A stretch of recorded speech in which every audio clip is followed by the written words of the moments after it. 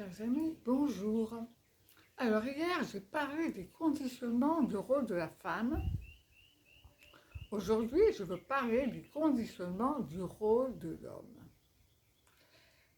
Hier, je l'ai fait de façon humoristique pour bien vous faire comprendre que tout est un conditionnement extrêmement stéréotypé et qui est imprégné en nous inconsciemment. Et il est difficile pour nous de réagir parce que ce sont des programmations. Alors, nous les femmes, nous avons été conditionnées, mais les hommes pareil. Alors, qu'est-ce qu'on fait avec les hommes? Eh bien, c'est très simple. Les garçons, on va leur acheter des voitures, on va les faire bricoler, on va les faire construire, et puis jouer à guéguerre. Indiens, cow-boys, et puis faire les super-héros. Super-héros qui protègent tout le monde, ils sont là pour protéger les autres. Après, en grandissant, on va à l'école, et là, à l'école, on t'enseigne que c'est normal de faire la guerre. L'histoire, c'est une suite de guerres, où on te dit que Christophe Colomb était un héros parce qu'il est arrivé dans le Nouveau Monde et il a apporté la nouvelle civilisation. En réalité, il est juste venu sur un territoire où il y avait des peuples, pacifiques ou pas, et il s'est imposé et il a dit « ici, c'est chez moi ». Donc, on a toujours montré à nos enfants dans les écoles. D'un côté, la religion te parle d'amour, et de l'autre côté, à l'école, on te dit non, mais c'est normal de faire la guerre. Les hommes sont des guerriers. Et le rôle de l'homme, c'est d'être fort, musclé, d'assurer la reproduction de l'homme fort. Et donc, son rôle, c'est protéger. Surtout pas faire à manger ou faire le ménage. Non, non, non. Lui, il doit s'occuper de maintenir la famille, donc il faut qu'il travaille et il faut qu'il ramène l'argent, mais surtout pas faire des choses de femme. Et ceci va créer des conditionnements, et j'aimerais retourner sur le thème des guerres à l'école.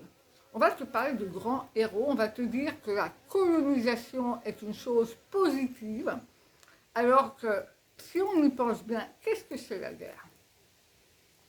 Ce sont des personnes, mais on ne sait même pas qui vraiment, décident qu'un pays va envahir un autre.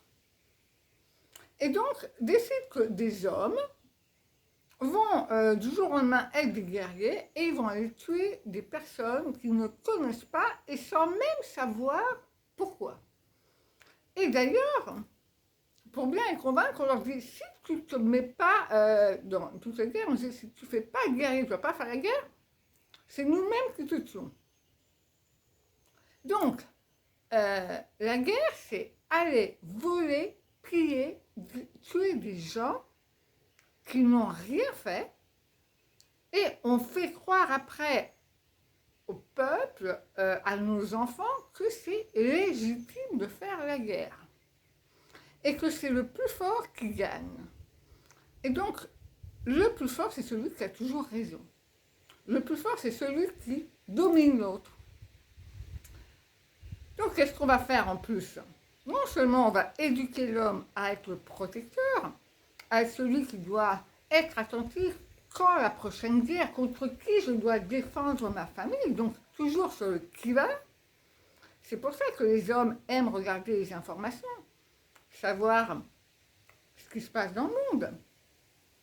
Parce qu'ils sont sur le qui-va. Une prochaine guerre, il faut que je sois au courant des informations. Et puis, l'homme, on va le formater aussi à parler, à convaincre, à avoir raison. Parce qu'il y a une autre chose qui formate beaucoup les hommes, c'est le sport de compétition. Montrer aux autres que je suis plus fort, continuellement. l'homme doit toujours montrer qu'il est plus fort que les autres. Et puis, le sport aussi, ça va être un divertissement. Les jeux de balles, les jeux en général. Tenir occuper l'homme à jouer. Voilà, et tout ça, on va toujours solliciter l'hémisphère rationnel du cerveau de l'homme, qui va être très matérialiste, toujours très au courant de ce qui se passe dans les informations, et à vouloir défendre sa famille. Donc, quand on voit ces deux rôles, bien, on comprend pourquoi nos maris ont une attitude et pourquoi nous avons une autre. Mais qu'est-ce qu'il faut faire? Eh bien, respecter l'un et l'autre. Que chacun se rende compte que ce sont des rôles stéréotypés, qu'il faut reprendre en main notre façon d'être, respecter l'autre personne, accepter la différence et travailler ensemble, en commun. Hier, dans les commentaires, quelqu'un m'a dit oui, j'ai compris, j'essaie de le faire avec mon mari. Quand quelqu'un frappe à la porte, même si je suis occupée, il me dit va ouvrir. Et alors, elle écrit avant elle allait ouvrir, et puis elle a appris à dire et pourquoi c'est moi qui devrais ouvrir? Moi, je pense qu'il ne faut pas être polémique. Je pense qu'il faut simplement dire va ouvrir, non, je suis occupée. Fais ça, non, j'ai pas envie de le faire. Je pense qu'il faut vraiment être sincère. Il ne faut pas faire semblant. Mais sans, on ne doit pas se disputer. On ne doit pas chercher la compétition, démontrer que je suis meilleure que toi. Non, tout simplement être nous-mêmes. Cici, l'autre jour, m'a dit qu'au repas, chez elle, ils ont parlé de tout ce qui se passait, une guerre qui va éclater, quoi que ce soit. Je pense que durant un repas, c'est vraiment important de faire attention au discours qu'on fait, parce que cela apporte vraiment des émotions négatives dans la nourriture qu'on mange.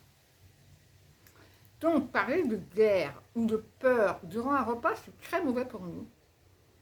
Donc, je pense que nous, les femmes, moi, j'ai appris à le faire avec mon mari, quand il parle de sujets d'actualité, de ses actualités à lui, je lui dis, s'il te plaît, tu peux aller parler avec ton téléphone dans une autre pièce, je ne veux pas entendre la discussion.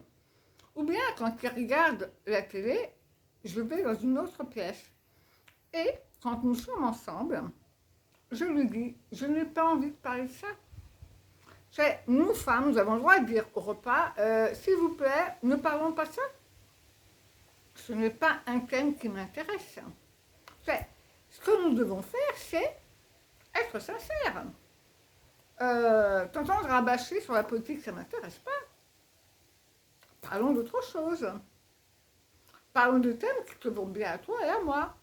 Et s'il n'y en a pas, bon ben, mais on ne doit pas laisser les autres nous imposer leur façon de penser. On peut écouter un peu, mais après c'est bon, quoi. Chacun a le droit d'écouter et d'entendre ce qu'il veut. Mais dans une paix profonde, nous devons apprendre à respecter l'un et l'autre. Et je pense que les hommes, et je sais que les hommes qui sont des artistes ont cette partie beaucoup plus intuitive parce qu'ils utilisent la partie créative de leur cerveau. Donc, tous les hommes ne sont pas pareils. Il y a des hommes qui aiment cuisiner, il y a des hommes... Il ne faut pas en faire non plus un rôle si bien défini, mais il faut comprendre les lignes générales. Il va falloir les changer. Et c'est un travail en profondeur à faire en chacun de nous.